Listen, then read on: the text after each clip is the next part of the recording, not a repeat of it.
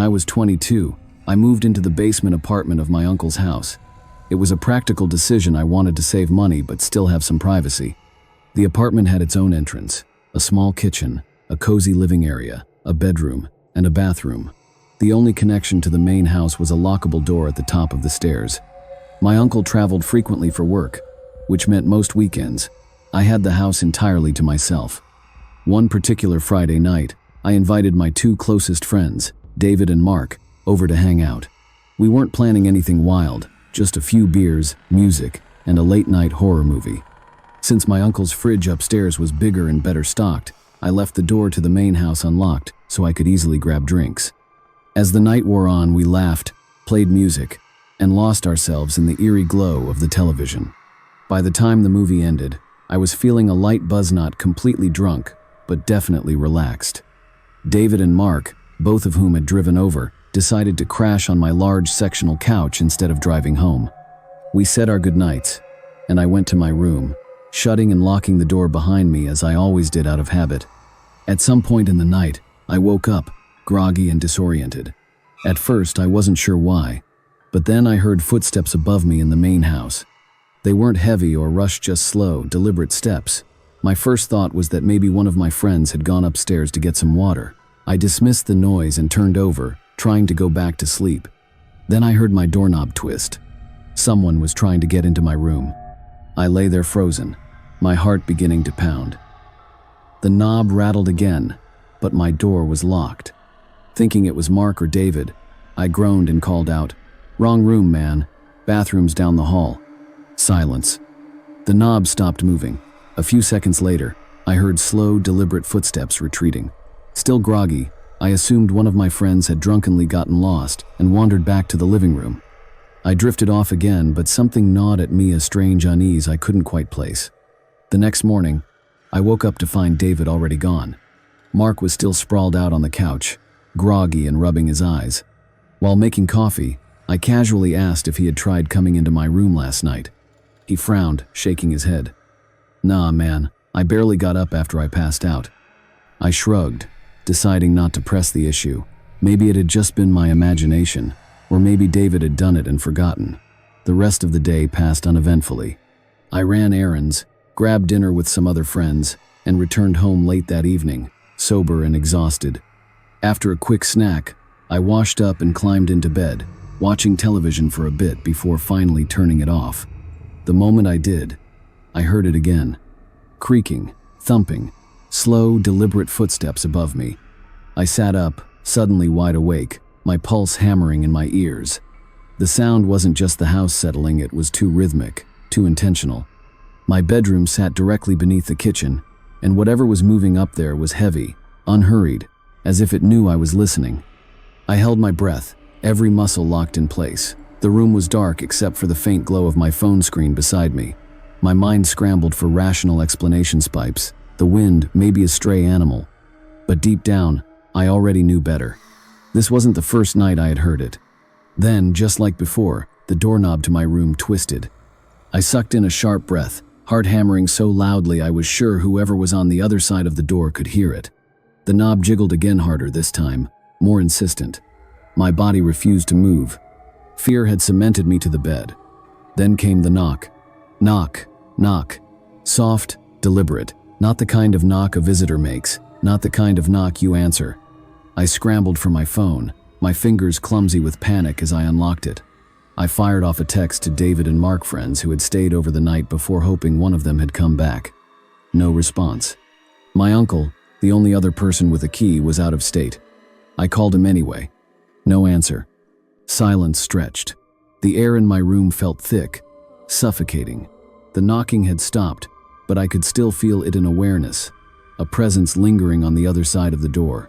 Then, after what felt like an eternity, the footsteps began again.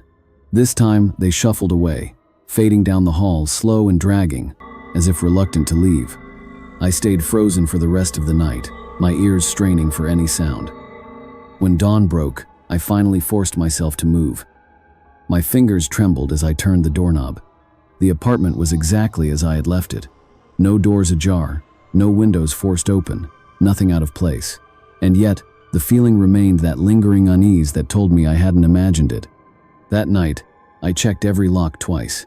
I even wedged a chair under my bedroom doorknob before crawling into bed, my mind spinning. Eventually, exhaustion took over, and I drifted into an uneasy sleep. I don't know how long I was out before I woke with a start. The air was different, heavy, electric.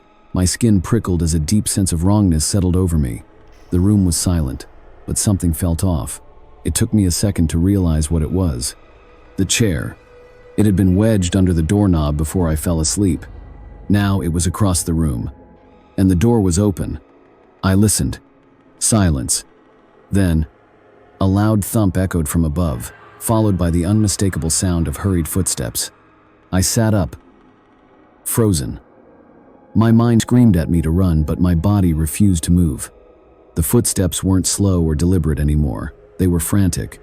And then, the worst part, they weren't moving away. They were coming down the stairs. I scrambled for my phone, my fingers fumbling as I dialed 911.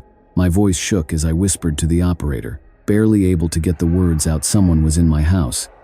Then I heard it, breathing, right outside my door. Ragged, uneven. The door handle twisted violently, rattling harder than before. I grabbed the flashlight from my nightstand, gripping it like a weapon. The operator's voice crackled through the speaker, telling me to stay on the line, that officers were on their way. Then, silence. The handle stopped moving. I sat in absolute darkness, my breath shallow, waiting for something to happen. A slow creak broke the silence. Not from the door, from under the bed. Minutes later, a tap on my bedroom window nearly made me scream. My heart pounded as I spun around, my breath catching in my throat. A police officer stood outside, his face barely illuminated by the street lamp's glow. He motioned for me to open the window. Hands trembling, I fumbled with the latch and slid it open, the cool night air rushing in. Wordlessly, I handed him the spare key to the side door. He nodded and disappeared into the darkness. I barely had time to collect myself before I heard the heavy thud of boots inside the house. The suffocating silence was shattered by the sound of officers moving swiftly from room to room, their voices low but urgent. Then, a shout. Then, a struggle. The commotion sent a chill down my spine. I edged toward the bedroom door, my fingers clutching the frame as I strained to listen.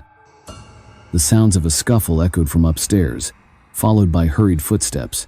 My breath hitched as two officers emerged at the top of the staircase, dragging a man down. My stomach twisted. A man I had never seen before. He was disheveled, his face pale and gaunt, as if he hadn't seen daylight in days. His clothes were wrinkled and stained, his hair unkempt, a wild look in his eyes. He kept shifting his gaze between the officers restraining him and me, his lips moving as he muttered something under his breath. My skin prickled. Even from where I stood, I could see his fingers twitching, his body tense, like a predator caught in a trap. One of the officers turned to me. "Do you know this man?" I could only shake my head, my throat too dry to speak. The scariest part? There was no sign of forced entry. No broken windows. No unlocked doors, which meant he had already been inside.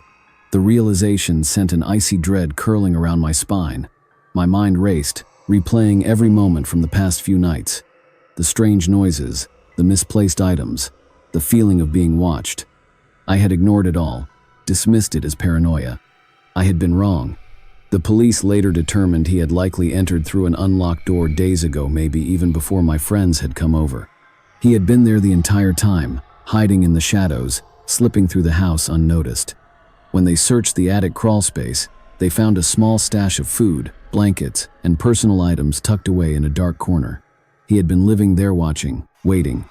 An involuntary shudder ran through me. I thought about how many times I had walked past that very crawl space, how many times I had been alone in the house, completely unaware that I wasn't actually alone. The man was taken into custody, but my uncle declined to press charges since nothing had been stolen. That didn't change the fact that my sense of security had been shattered. I couldn't shake the thought of those 2 nights show he had watched me, studied my routine, listened to my every move. For months afterward, I couldn't sleep without checking every lock 3 times. I installed cameras, motion sensors, anything to make me feel secure. Yet, deep down, I knew it was only a fragile illusion of safety. The idea that someone could slip into my life unnoticed, could linger just out of sight, waiting, was a nightmare I would never wake up from. Because for 2 nights, I had been watched. And that was something I would never forget. And the moral of the story is, always trust your instincts and take precautions when you're alone, as ignoring small signs of danger can lead to terrifying consequences.